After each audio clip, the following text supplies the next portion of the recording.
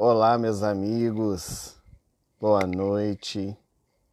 Que as bênçãos de Jesus possam envolver o nosso coração em muita paz, em muita harmonia. É uma alegria podermos estar virtualmente reunidos nessa noite, buscando refletir sobre uma das parábolas de Jesus, a parábola do festim das bodas. Nessa noite em que nós buscamos comemorar os 134 anos do Grupo de Beneficência Espírita de Barra do Piraí, no interior do Rio de Janeiro. Por diversas vezes já estivemos visitando essa instituição que nos acolhe com tanto carinho. E neste mês de junho, durante todas as sextas-feiras, eles estão comemorando o aniversário dessa instituição. Afinal de contas, 134 anos não são 134 dias. Foram anos de labuta, de trabalho, de esforço, para que pudessem continuar divulgando à luz do Evangelho, à luz da doutrina espírita, a mensagem divina a nos fortalecer. Aquela instituição que teve trabalhadores da primeira hora, que fortaleceram o trabalho realizado por aquela instituição, a figura de Ivone do Amaral Pereira e tantos outros que por ali passaram, fortificando em bases seguras a proposta que Kardec nos deixou desde o surgimento do Espiritismo na Terra. Mas antes de nós começarmos a nossa reflexão, o nosso trabalho dessa noite em torno dessa parábola do festim das bodas, que é uma parábola que fala a respeito de festa, e hoje nós estamos em festa espiritual, vamos realizar a nossa prece de abertura, buscando elevar os nossos pensamentos ao mais alto. Senhor Jesus, mestre amigo, hoje o nosso coração se encontra em festa. Jubilosos estamos pelo fato de podermos estar reunidos em seu nome, mas principalmente por estarmos hoje comemorando os 134 anos do Grêmio Espírita de Barra do Piraí. Ó Senhor, manter uma instituição de pé durante tantos anos é uma bênção. Isso só foi possível por causa dos trabalhadores da primeira hora que se esforçaram, que se mantiveram de pé, que plantaram sementes cujos frutos hoje nós estamos colhendo.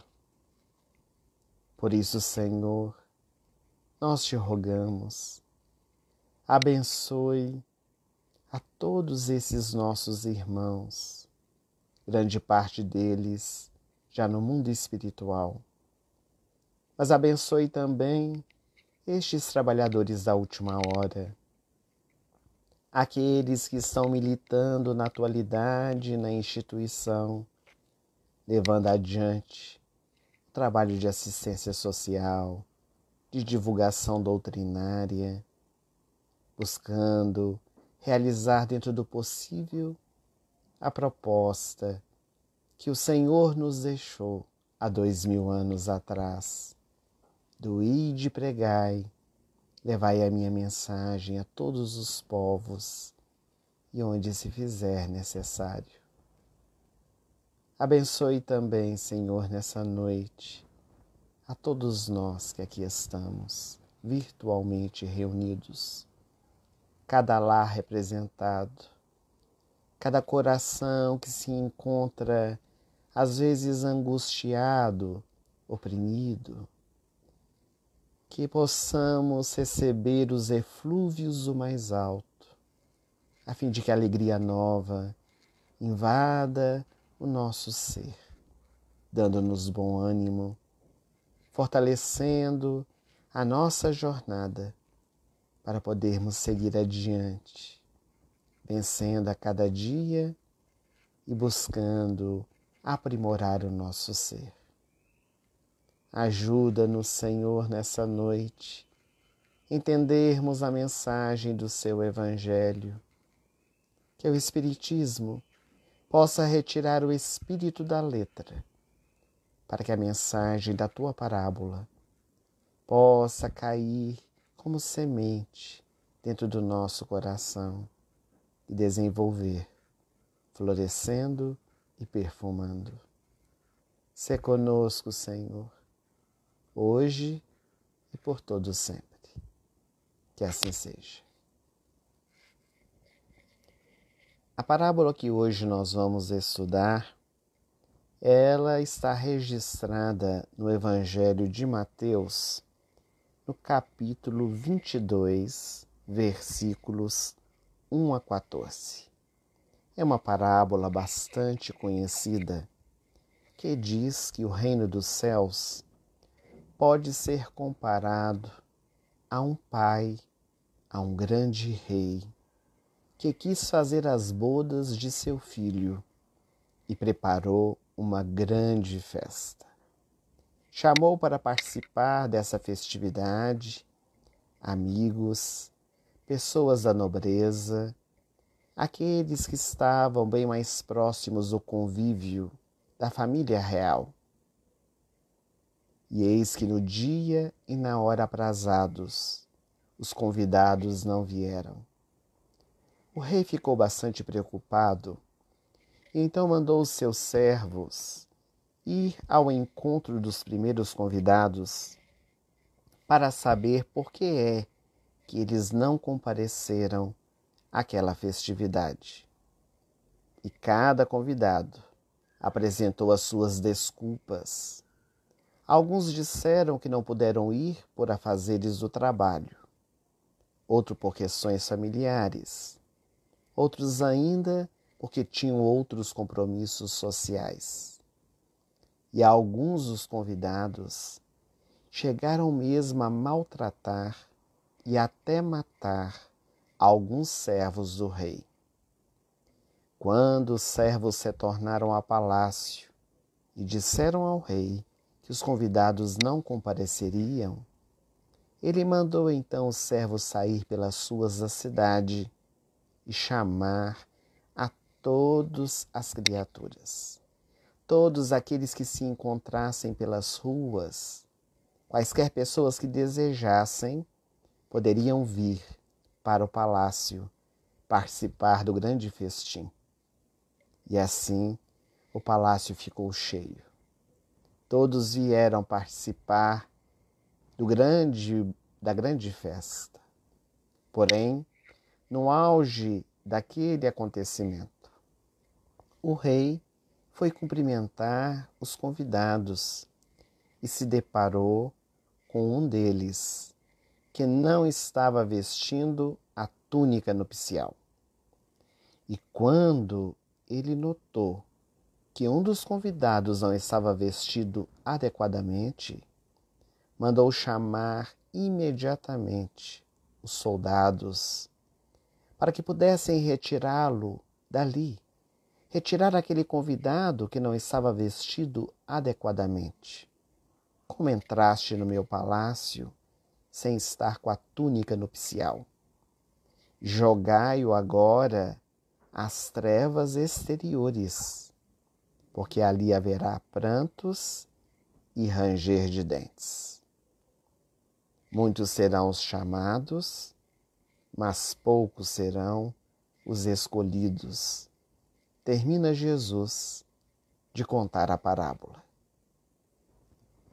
Em o Evangelho segundo o Espiritismo, especialmente no capítulo 18, o pré-claro codificador da doutrina espírita, Allan Kardec, ele teve a oportunidade, orientado pelo Espírito de Verdade, de analisar essa parábola, juntamente com outros benfeitores, no transcorrer do movimento espírita, Chico Xavier, Divaldo Franco e outros, também puderam alargar a nossa mente em relação a essa história. Jesus, como na maioria das parábolas que ele contou, ele inicia dizendo que o reino dos céus é semelhante. Nós sempre gostamos de falar sobre este início das parábolas de Jesus, porque semelhante não é igual. Jesus quer apenas dar para nós uma noção do que seria o reino dos céus e conta a história como uma metáfora, uma simbologia. E é por isso que nós precisamos retirar o espírito da letra. Emmanuel, pelas mãos abnegadas de Chico Xavier, ele vai dizer que Jesus é a porta, Kardec é a chave que abre para que nós possamos compreender a parábola, trazendo-a para o nosso dia a dia.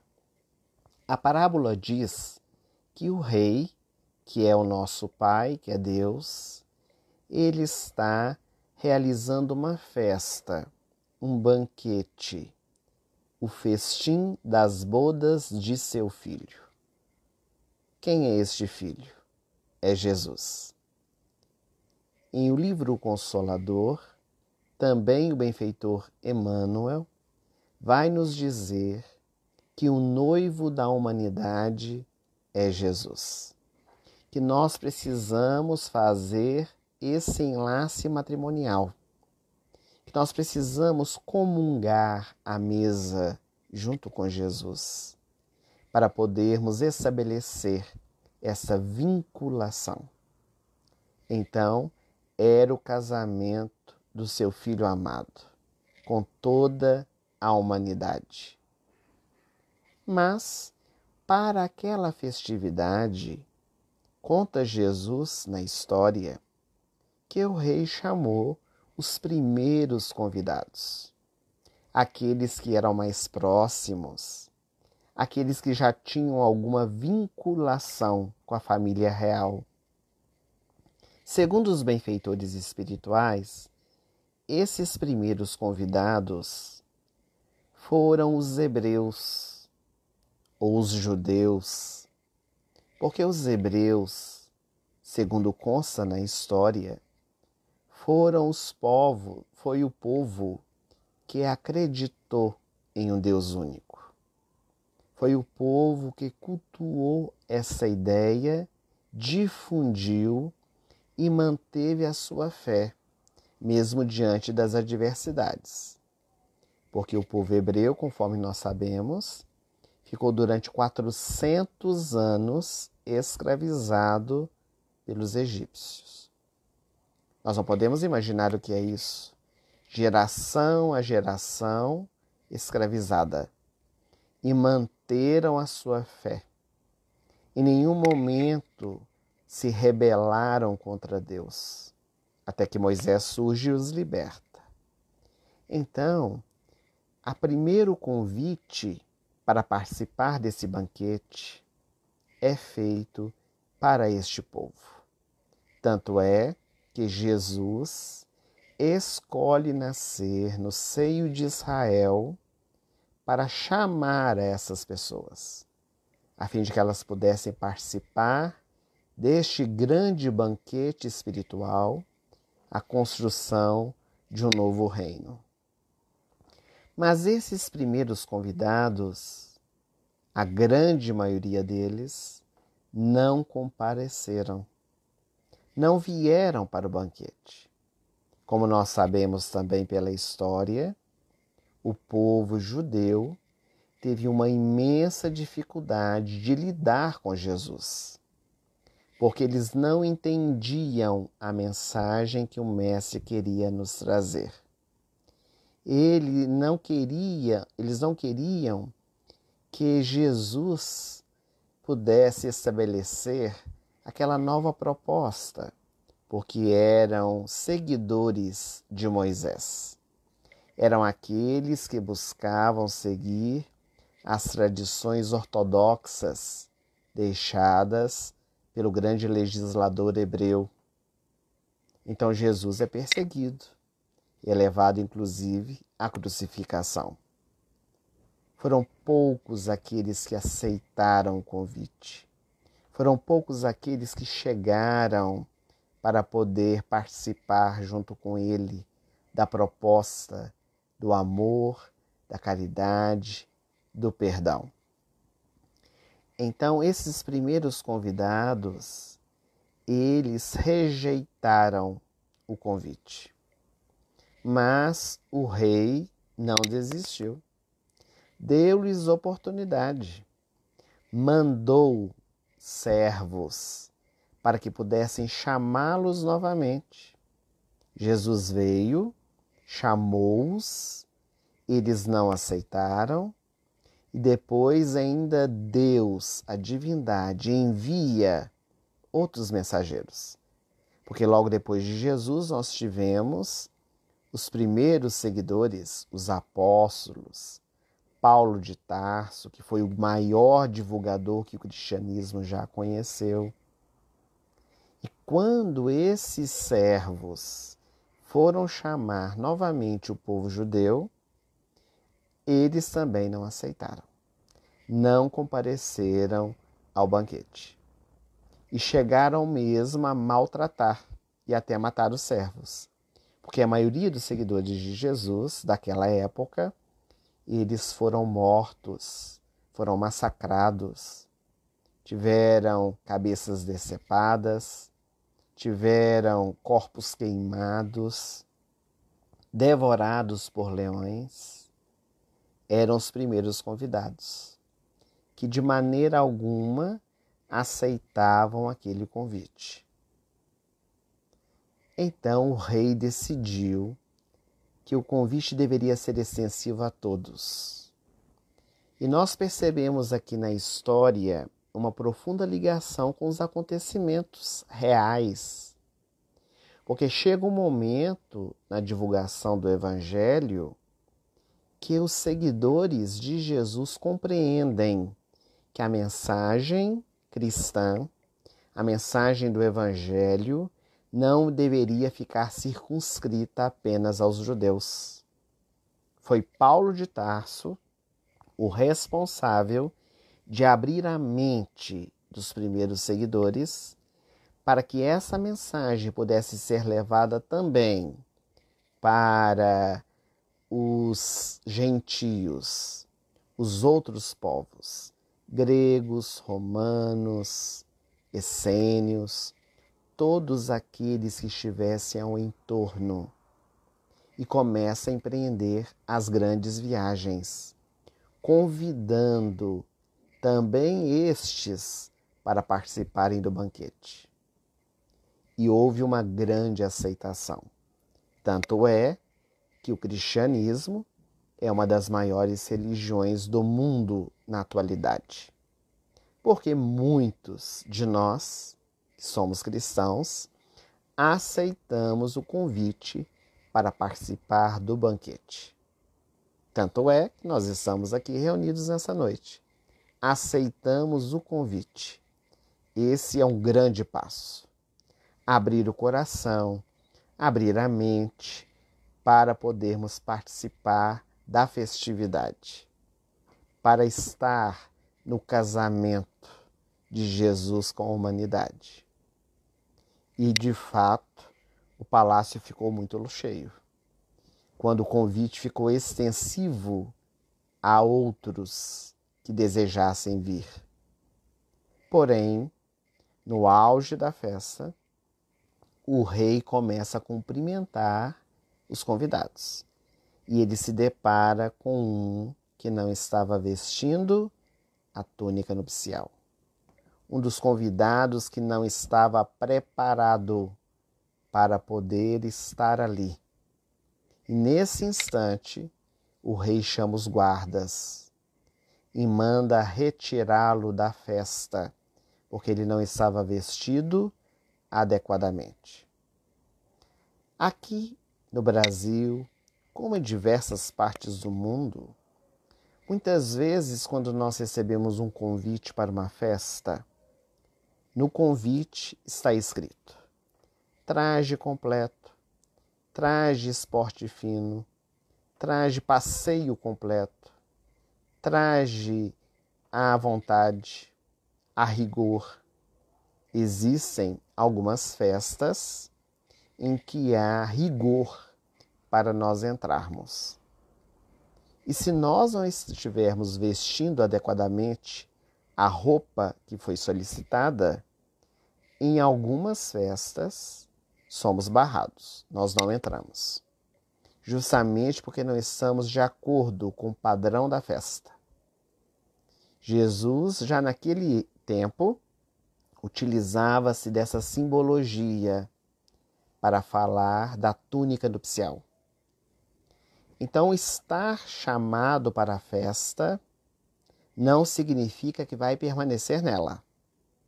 Porque para permanecer, tem que estar vestido adequadamente. E é sobre essa túnica nupcial, que é o ápice da parábola, que nós queremos falar. Sobre este convidado que chega para a festa, mas não está vestido adequadamente. Porque este convidado é a representação de todos nós. Somos nós que fomos convidados, fomos chamados, mas ainda não nos fizemos escolhidos. Ainda não estamos predispostos a tecer a nossa túnica nupcial. E o que fazer para poder fabricar essa túnica? O que fazer para podermos permanecer neste banquete? É necessário realizarmos a transformação interior. Somente por meio da nossa reforma íntima, o trabalho pautado no bem, que nós conseguimos paulatinamente ir tecendo essa veste, que nos dá a garantia que nós vamos permanecer no banquete. Jesus, em outra ocasião, ele já havia dito que é preciso nós entrarmos pela porta estreita, porque larga é a da perdição. Mas muitas vezes na nossa caminhada, nós preferimos passar pela porta larga, porque é mais fácil. Passar pela porta estreita demanda esforço, determinação, força de vontade. E a divindade, na sua sabedoria, ela não se cansa, porque nos ama. E a todo instante tem enviado mensageiros, servos, para reavivar na nossa mente e no nosso coração a proposta das leis divinas, mostrando-nos que nós somos responsáveis pela nossa vida. Nós somos semeadores e haveremos de colher aquilo que nós plantamos. A transformação interior é um processo que se dá passo a passo. É um caminho que nós vamos fazendo. Na questão 919 de O Livro dos Espíritos, Kardec pergunta às entidades venerandas qual foi o caminho que Deus nos deu para que nós pudéssemos encontrar a felicidade. E os imortais responderam: um sábio da antiguidade já vos disse, conhece-te a ti mesmo. O autodescobrimento é fundamental para este processo da tessitura da nossa túnica. Não nos iludamos, meus amigos. Estar no banquete não significa permanecer nele.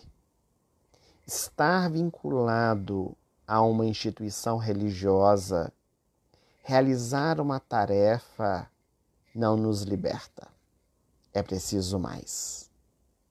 No livro Voltei, o espírito Irmão Jacó, que é o pseudônimo de Frederico Figner, um grande trabalhador do nosso movimento espírita, da Federação Espírita Brasileira, ele narra a sua história.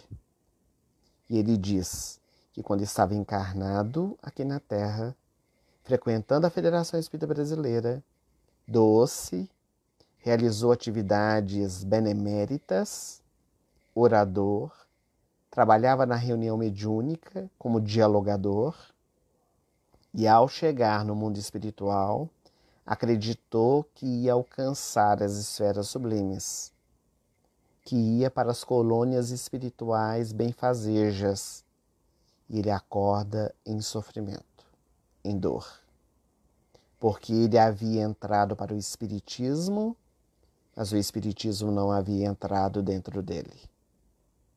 Nós gostamos muito de trazer um estudo que foi realizado por um grande estudioso do nosso movimento, chamado Deolindo Amorim, nordestino. Ele já desencarnou. E ele, neste estudo do comportamento espírita, ele diz que existem dois tipos de espíritas: os espíritas contemplativos e os espíritas operantes. Que os espíritas contemplativos são a maior parte, a maioria de todos nós.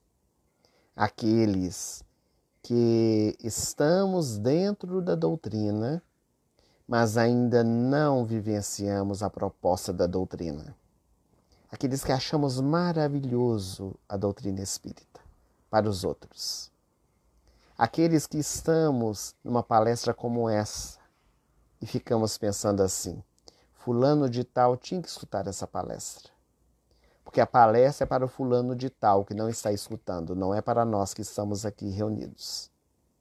Ou então o espírita contemplativo é aquele que na hora do culto no lar abre o evangelho ao acaso, entre aspas, que o acaso não existe, e começa a ler e diz assim: essa mensagem é para você. Hoje você viveu isso aqui dentro de casa. Então a mensagem é sempre para o outro. É o espírita contemplativo.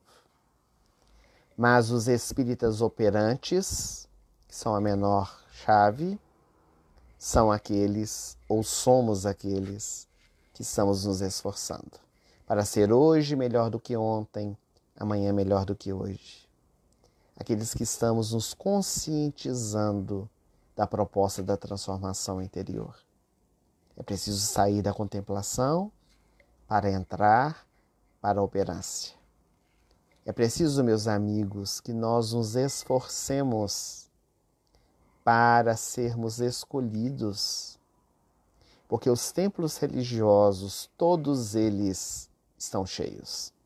Nós vivemos momentos de muitas dores, de muitos sofrimentos. Estamos buscando cada dia mais repletar o nosso coração de paz. Agora estamos vivendo este momento da pandemia, mas de uma maneira geral, antes de tudo isso começar, as igrejas, os templos, as casas espíritas estavam cada vez mais cheias, porque os indivíduos, de uma maneira geral, estão buscando respostas.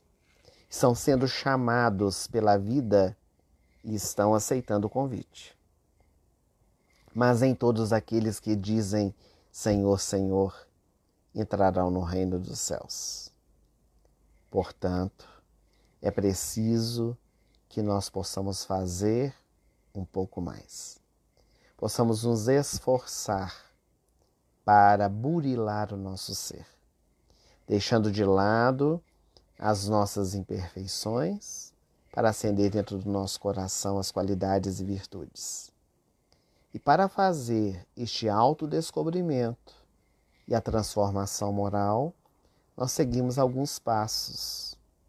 Primeiro, reconhecer o erro. Quem não reconhece o erro não se transforma, não se modifica. É preciso nós sabermos que estamos equivocados, que estamos adentrando caminhos infelizes e termos a determinação de mudar. Termos a certeza daquilo que nós queremos. Portanto, ao começar a transformação, não voltar atrás numa decisão positiva já tomada. Porque o que acontece muitas vezes é que nós nos propomos a transformar a nossa vida, mas na primeira oportunidade nós voltamos ao erro novamente. Então o indivíduo, por exemplo, deixa um vício e daí a pouco, depois de alguns meses, ele retorna ao mesmo vício, porque não teve determinação. É claro que cair é natural. Só pode cair quem está de pé. Nós vamos cair, mas é preciso esforçar para se manter de pé. Então é preciso determinação e vontade para isso. Também no processo da transformação interior é preciso nós termos a consciência de que este trabalho é individual e que, fazendo a nossa transformação, nós estaremos transformando também o nosso entorno. Porque uma das grandes desculpas que nós temos para não transformarmos a nossa vida é aquela frase terrível: todo mundo faz, todo mundo é assim. Mas nós não somos todo mundo. Nós somos individualidades. E quando nós transformamos a nossa vida, eis que nós contagiamos aqueles que estão ao nosso entorno. Porque o bem também se alastra pelas nossas atitudes. As palavras podem até comover, mas são os exemplos que arrastam. É preciso que nós possamos, então, ter essa certeza de que a nossa mudança, ela auxiliará também que outros transformem as suas vidas, fazendo a diferença no mundo. Gandhi, ele dizia: seja você a mudança que quer ver no mundo. Nós queremos um mundo de paz, mas vivemos atribulados.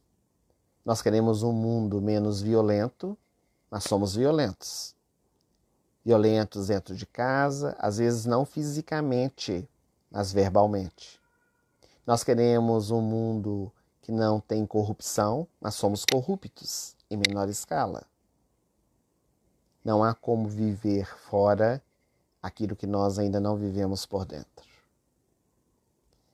Todos esses caminhos, eles são importantes no processo da nossa transformação interior.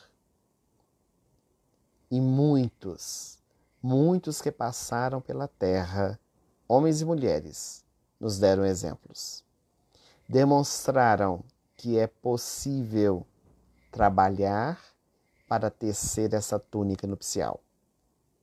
E nas comemorações dos 134 anos dessa instituição, nós queríamos fazer uma homenagem, trazendo um exemplo de alguém que realizou este trabalho, que teceu a sua túnica, que foi chamado para participar do banquete, que permaneceu porque conseguiu fazer a grande transformação interior. Esse personagem, ou esse espírito que nos deixa e nos lega grandes exemplos, é um dos mentores espirituais do Grêmio de Beneficência Espírita de Barra do Piraí. Nós queríamos falar hoje sobre Agostinho de Hipona, mais conhecido como Santo Agostinho. Esse espírito que legou-nos, na sua trajetória de vida, grandes exemplos de transformação moral. Teceu, pouco a pouco, a sua túnica. A história nos narra que na cidade de Tagaste, na África, vivia Mônica, uma mulher dadivosa. ela havia entregue a sua vida a Jesus, porque frequentadora da igreja, ela buscava vivenciar a mensagem dia após dia na intimidade da sua família. O evangelho tocava o seu coração. Ela era casada com um romano chamado Patrício, que era o oposto dos seus valores espirituais. Porque Patrício era amante dos deuses do panteão romano, mantinha uma vida de dissipações e maltratava a própria esposa. Muitas vezes sorria dela frequentar a igreja. Ela tinha um matrimônio com muitas provações, mas venceu com seu exemplo. Mas ao lado do seu marido Patrício, ela ainda tinha que enfrentar uma outra dificuldade, a sua sogra, porque a mãe de Patrício morava junto com eles no mesmo palácio e afligia Mônica dia e noite. Então, além de enfrentar a problemática com seu cônjuge, ela ainda precisava também enfrentar as dificuldades junto da sua sogra. Desse matrimônio, Mônica teve 3 filhos, 2 varões e uma menina. Os 2 primeiros filhos se chamavam Nafrígio e Perpétua. E o terceiro, que Mônica dedicou toda a sua vida, recebeu o nome de Aurélio Agostinho, que recebeu na intimidade daquela família todo o amor, nascendo no dia 13 de novembro do ano 354 depois de Cristo. Nós aprendemos com a psicologia que o processo educacional se dá de pai para filhos e que geralmente os meninos imitam os pais e as meninas imitam as mães, buscam um espelho. E nessa família não foi diferente. Agostinho, como era chamado na intimidade da família, ele espelhou a sua vida no seu pai. E aos poucos foi incorporando todos os costumes que seu pai tinha. Ele era muito rebelde. E juntamente com o pai e a avó, ele buscava crucificar a sua própria mãe. Às vezes com palavras, às vezes com atitudes. E ela mantinha-se em silêncio. Trabalhava por meio das atitudes para modificar o lar onde ela vivia. E os anos foram se dobrando. E Mônica, ela sempre dizia que Jesus tinha vindo ao mundo para aqueles que são doentes, não para aqueles que são saudáveis. E é por isso que ela envolvia especialmente o seu filho Agostinho em vibrações de ternura e de muito amor. E orava por ele sempre. Na igreja, ajoelhada diante do Cristo crucificado, as lágrimas vinham aos seus olhos. E ela rogava ao Mestre para que pudesse um dia tocar o coração do seu filho. Agostinho tornou-se adolescente e adotou uma doutrina que havia sido fundada na Babilônia por um homem chamado Maniqueu, a doutrina maniqueísta, que dividia basicamente o mundo entre o bom, que era Deus, e o mal, que era o diabo. Para eles, dentre tantas bases da doutrina, a matéria era intrinsecamente má e o espírito intrinsecamente bom. Mas, embora fosse uma doutrina rigorosa, permitia algumas licenças morais, uma vida de dissipações. E Agostinho deixou-se envolver. Quando o seu pai morreu, Patrício, deixando Mônica viúva com 3 filhos, ela é muito honesta, amável, continuou cuidando da sogra. Ela cuidou de sua sogra até os últimos dias de sua vida. E viu Agostinho envolvendo-se cada vez mais com o maniqueísmo e com as escolhas infelizes. Mas ele era um jovem muito inteligente, desenvolveu a oratória, a retórica, e um dia chegou em casa dizendo para sua mãe que ele havia tomado uma decisão. Ele queria morar em Milão, na Itália. E a sua mãe, que o amava profundamente, que rogava a todo instante por ele a Jesus, ela decide ir com ele para Milão. Uma mãe que se dedica para o filho, para a ovelha tresmalhada, a ovelha perdida. E ela vai com ele para lá. Ali no solo italiano, Agostinho começa a estudar com eminentes mestres da língua latina e especializa-se em lógica, em retórica e oratória.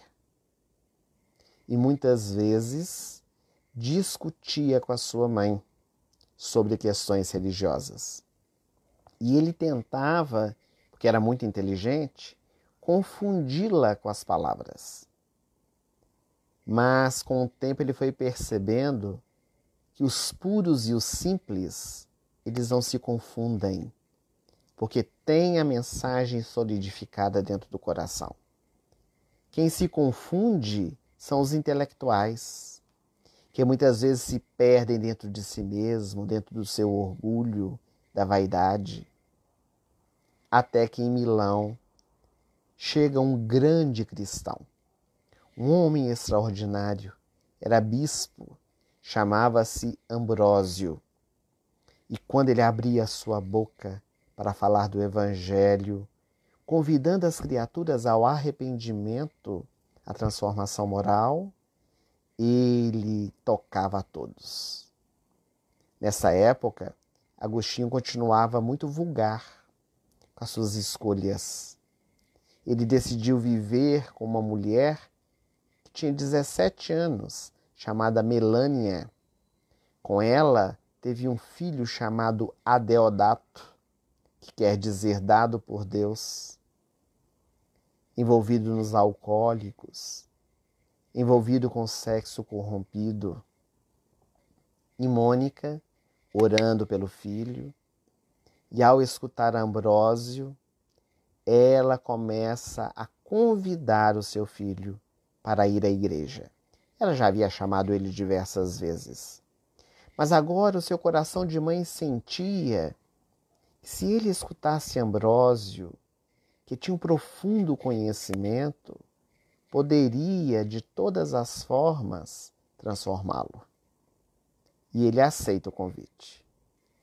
Ele, com muita insistência da mãe, resolve ir à igreja.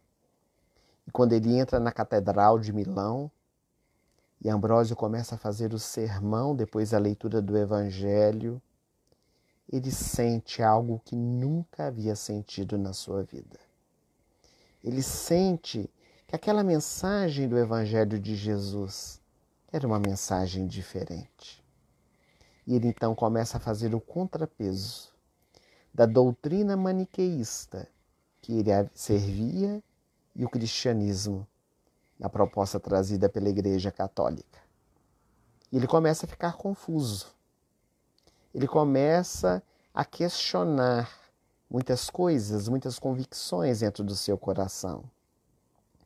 Até que um dia ele estava em casa e ele escuta uma voz na intimidade do seu coração. Agostinho, vai à catedral, porque lá te será dito o que te convém fazer. E ele então decide naquela mesma hora ir à Catedral de Milão. E ele chega na sacristia procurando por Ambrósio, que o recebe com muito carinho. Os dois sempre buscavam conversar. Ambrósio tinha um profundo conhecimento do Evangelho e trazia para Agostinho sempre informações que repletava o seu coração de paz. Quando Agostinho contou para Ambrósio a voz que havia escutado e o pedido para ir ali, Ambrósio pediu que ele se assentasse. Naquela época, as mensagens cristãs, elas eram escritas em pergaminhos ou peles de animais. E era muito comum que se lesse ao acaso aqueles pergaminhos. Que se pegasse um pergaminho, abrisse e lesse, para poder saber a mensagem que chegava ao coração. Então, ali assentado, ao lado de Ambrósio, eis que o bispo de Milão diz para o jovem: pegue um pergaminho e leia para nós. Quando Agostinho pegou o pergaminho e abriu, ali estava escrito: aquele que não deixar tudo por mim, tomando a sua cruz e seguindo-me, não é digno de mim. Naquele instante, Agostinho fechou o pergaminho, guardou, porque ele teve um impacto. Era uma mensagem muito forte. E ele começou a pensar, mas Jesus, ele não se contenta apenas em ser adeso à sua proposta, ele quer tudo, ele quer até a nossa vida. Ele quer que nós renunciemos até a nós mesmos, à vaidade, lutar contra o ego para encontrar o self.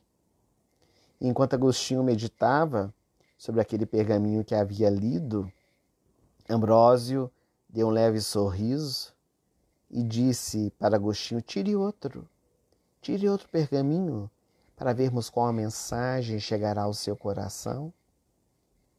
E naquele instante, quando Agostinho abre o segundo pergaminho, está aquela passagem evangélica de um jovem que gostaria de seguir Jesus, mas seu pai havia falecido. Então ele pede para Jesus sepultar primeiramente o pai, para depois voltar e seguir os seus passos. E Jesus diz àquele jovem: deixai os mortos, cuidado de enterrar os seus mortos.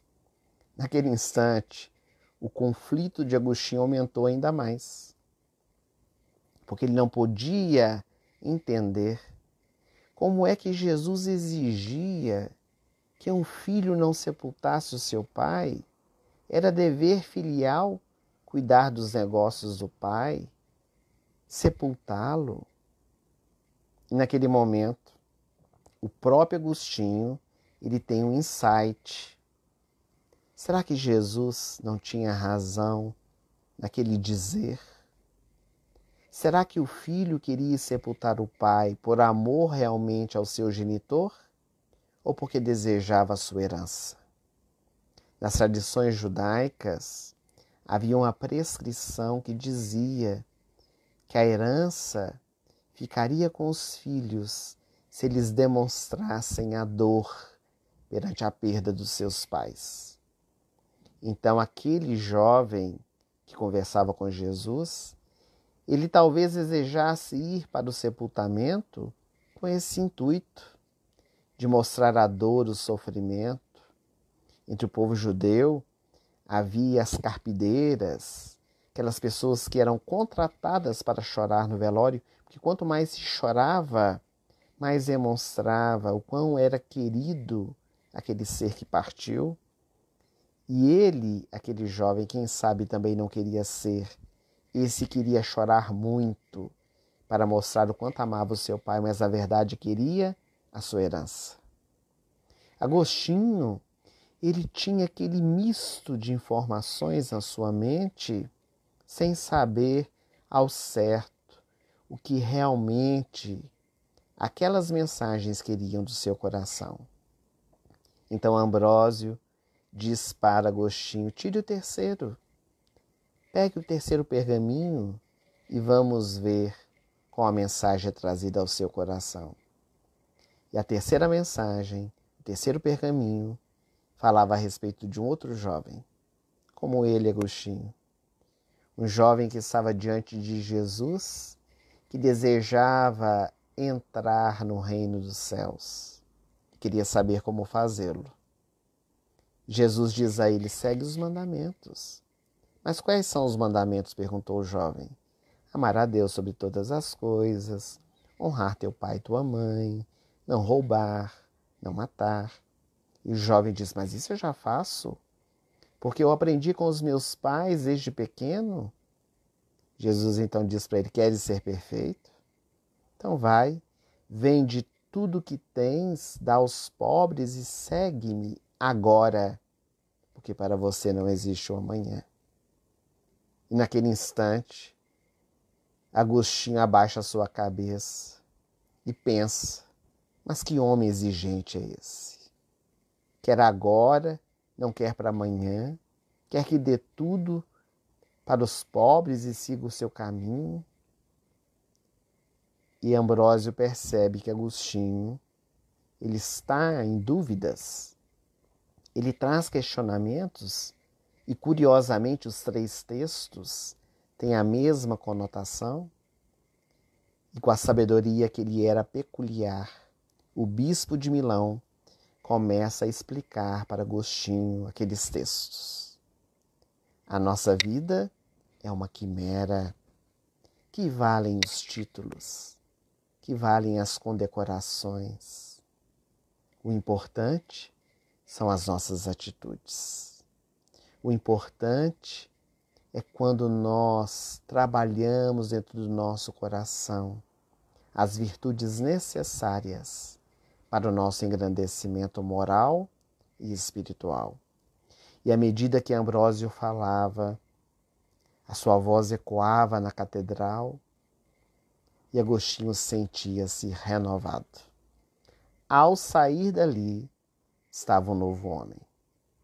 É ele mesmo, Agostinho de Hipona, num dos seus livros, que diz: nasceu um outro homem na minha existência. Começou a morrer o homem velho para nascer um homem novo. E foi a partir daí que Agostinho começa a tecer a sua túnica. Foi chamado diversas vezes pela mãe para participar do banquete. Não quis. Mas, quando escutou Ambrósio, começou então a meditar para poder fazer parte da grande festa. E quando Agostinho chega em casa, ele abraça sua mãe em prantos e lhe diz: venceste, minha mãe. Suas orações foram ouvidas. E Mônica, em prantos, abraçada ao filho, lhe disse: 27 anos, meu filho. 27 anos de oração para resgatar-te do mal. Coração de uma mãe. O que a oração é capaz de realizar na nossa vida? Será que nós seríamos capazes de orar por alguém durante 27 anos?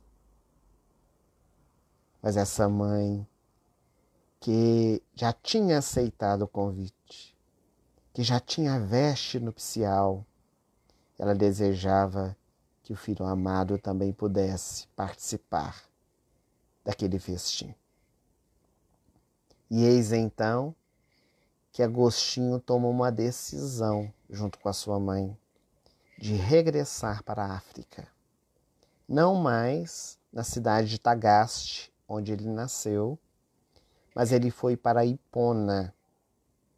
Porém, no caminho, dentro do navio, a sua mãe desencarna nos braços de Agostinho, com lágrimas nos olhos, mas dizendo a ele: estou feliz, porque estou vendo a sua transformação.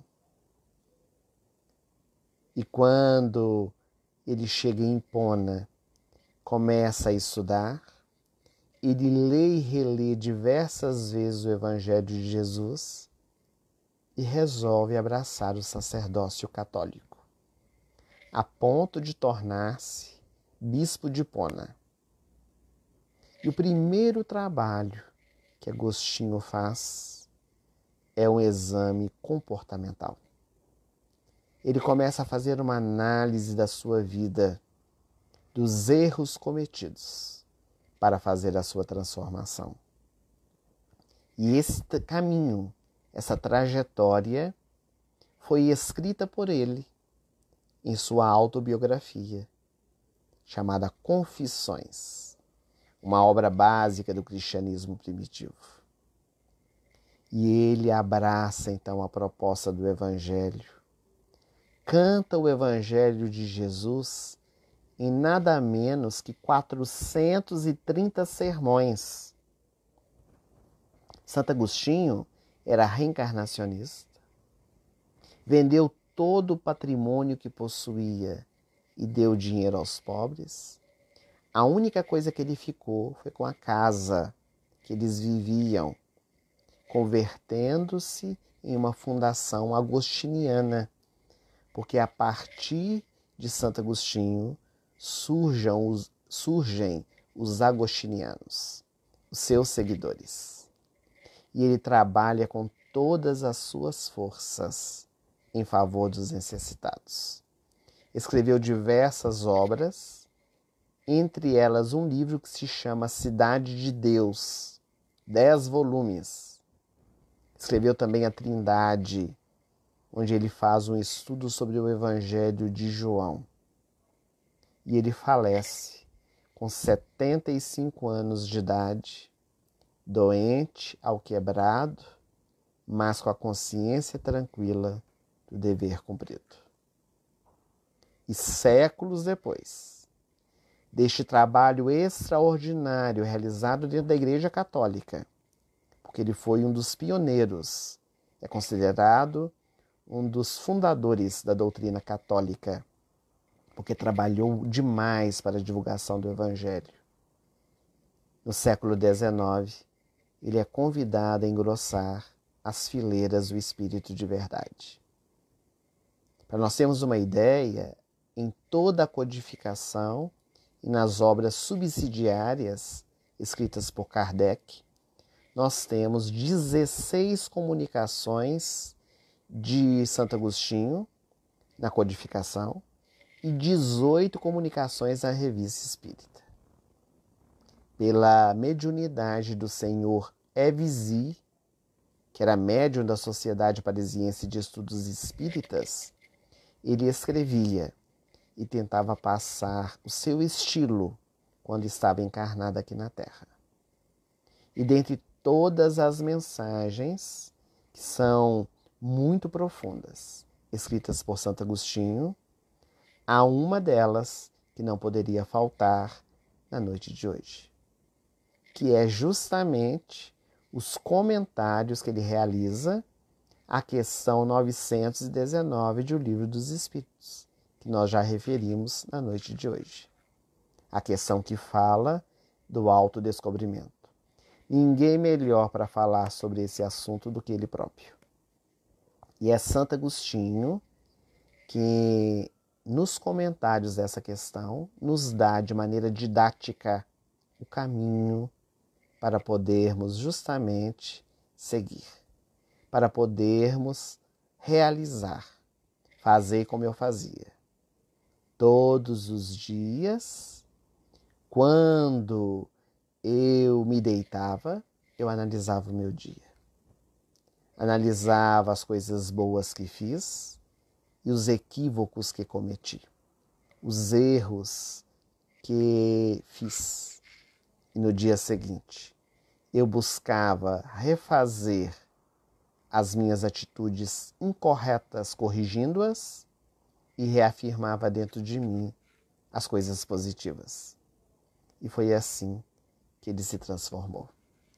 Foi assim que ele se tornou o grande exemplo para todos nós. Para nós termos uma ideia, Allan Kardec, nosso codificador, ele chamou Santo Agostinho de o maior divulgador do espiritismo daquela época em espírito, porque ele trouxe a revivescência do cristianismo primitivo. E ele podia fazê-lo porque viveu aquela época. Então, meus amigos, na noite de hoje, quando nós estudamos a parábola do festim das bodas, nós percebemos que é possível. É possível tecermos a nossa túnica. É possível participar e permanecer no banquete do Senhor, se desejarmos, se nos esforçarmos para isto. Nessa noite, quando divulgamos o convite, nós chamamos a todos para que pudéssemos estar aqui reunidos, para participarmos dessa festa espiritual, os 134 anos dessa instituição, o Grêmio de Beneficência Espírita de Barra do Piraí. E que bom que vocês aceitaram. Que bom que vocês estão aqui conosco, reunidos virtualmente para essa comemoração. Mas conforme nós vimos na parábola, não basta estar presente neste banquete. É primordial que nós vistamos a túnica, que nós estejamos aptos a permanecer, que possamos no nosso dia a dia trabalhar a cada momento para costurar essa veste, para que quando formos chamados, sejamos também escolhidos. Muito obrigado a todos vocês. Muito obrigado pelo carinho, por ter participado conosco, por estarem vinculados e unidos nessas vibrações de amor e de paz. E que possamos, nesses instantes finais, elevar o nosso pensamento a Jesus ainda mais, para que possamos nos fortalecer e seguir adiante, realizando o trabalho da nossa iluminação interior por meio do nosso autodescobrimento e por meio da nossa renovação. O Senhor é o nosso pastor, nada nos faltará. Deitar-nos faz em verdes pastos e guia-nos mansamente a águas tranquilas. Refrigera-nos a alma, guia-nos pelas veredas da justiça por amor a seu nome. Ainda que andássemos pelo vale das sombras e da morte, não temeríamos mal algum, porque tu, ó Senhor, estará conosco. A tua vara e o teu cajado nos consola. Preparas um banquete para nós, na presença dos nossos inimigos. Unges a nossa cabeça com óleo, nosso cálice transborda. Certamente que a bondade e a misericórdia nos seguirão por todos os dias de nossas vidas, e nós habitaremos na casa do Senhor por longos e longos anos. Nas vibrações desse salmo, nós te agradecemos, Senhor, todas as bênçãos recebidas, por essa noite festiva, pelos 134 anos dessa instituição. Agradecemos pela nossa família, pelo nosso trabalho, por essa doutrina, pelo teu evangelho de amor. Sê conosco, Senhor, hoje e por todo sempre. Que assim seja.